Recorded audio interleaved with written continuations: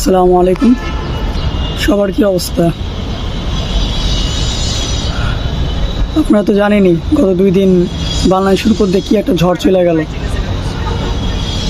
এই ঝড়ে কত মানুষের কত ক্ষয়ক্ষতি হয়ে গেল। সবই আল্লাহর ইচ্ছা, এটি নিয়ে হচ্ছে কিছু বলার নাই। আমরা শুধু দোয়াই করতে পারবো, আর চাইলে ওইদিকে যেয়ে তাদেরকে কিছু সাহায্য করা যায়। এই ঝড়ে মোটামুটি অনেক মানুষেরই ক্ষতি হয়েছে, অনেক মানুষ নিহত হয়েছে। আল্লাহ তাদেরকে জান্নাত নসিব করুক। বাসার ছাদে আসলাম, ছাদ বাগানের কী অবস্থা দেখলাম। ছাদ বাগানের অবস্থা খুবই খারাপ। আসলে একজনের যত্নে করা একটা জিনিস যদি এইভাবে নষ্ট হয়ে যায়, মোটামুটি দামি একটা জিনিস যদি নষ্ট হয়, তাহলে খারাপ লাগারই কথা। যদিও ছাদ বাগানটা আমার বাবার, পাশাপাশি আমরা সবাই তাকে হেল্প করি, তার কাছে সাহায্য করি, কারণ জিনিসটা তো আমাদেরই এক সময়। দেখতে আসলাম ছাদ বাগানের কী অবস্থা। এসে দেখলাম অবস্থা ওইরকম ভালো না। ঝড়ে মোটামুটি ভালোই ক্ষয়ক্ষতি হয়েছে। চলেন দেখা যাক কী অবস্থা, আপনাদেরকে একটু দেখাই তাদের কী অবস্থা। বিগত কয়েকদিন ধরে ছাদ বাগানটাকে নতুন করে সাজানোর চেষ্টা করা হচ্ছে, কারণ সামনের শীতে জানি ছাদটাকে সুন্দর একটা অপরূপ সৌন্দর্য রূপে সবার সামনে প্রেরণ করা যায়।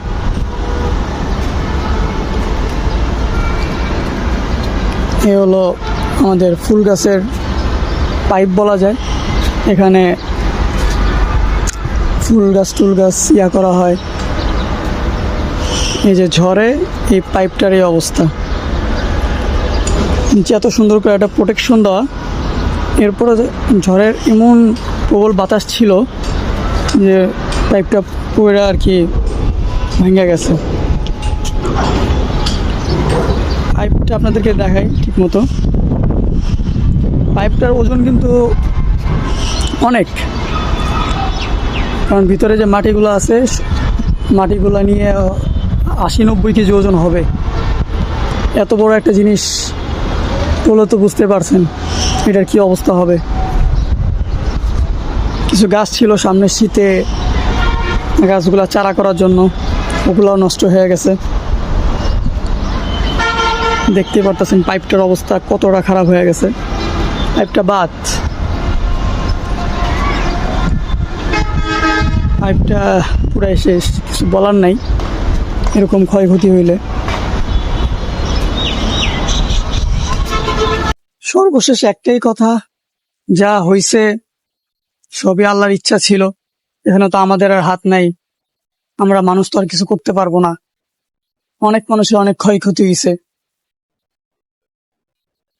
যা হওয়ার হয়ে গেছে। এখন আর কি আবার নতুন করে চেষ্টা করা। বিপদটাকে ধরে রেখে তো আর কিছু হবে না, আমাদেরকে নতুন করে আবার চেষ্টা করতে হবে। সবাই দোয়া করবেন ছাদটাকে যেন আবার নতুন করে সুন্দরভাবে সাজানো যায়। যাদের ছাদ বাগান আছে, হয়তো মোটামুটি অনেকেরই অনেক গাছপালা সমস্যা হয়েছে, অনেক নষ্ট হয়েছে, বাট কি করার, আমাদেরকে সামনে থেকে এগিয়ে যেতে হবে। এরকম একটা ছাদ থাকলে সবারই ভালো লাগে। এই যে এখন গাছের নিচে বসে আছি, কি সুন্দর বাতাস, এটাই তো মনের প্রশান্তি, তো বড় প্রশান্তি। সবাই দোয়া করবেন ছাদ বাগানটাকে যেন সুন্দরভাবে সাজাতে পারি। আল্লাহ হাফেজ।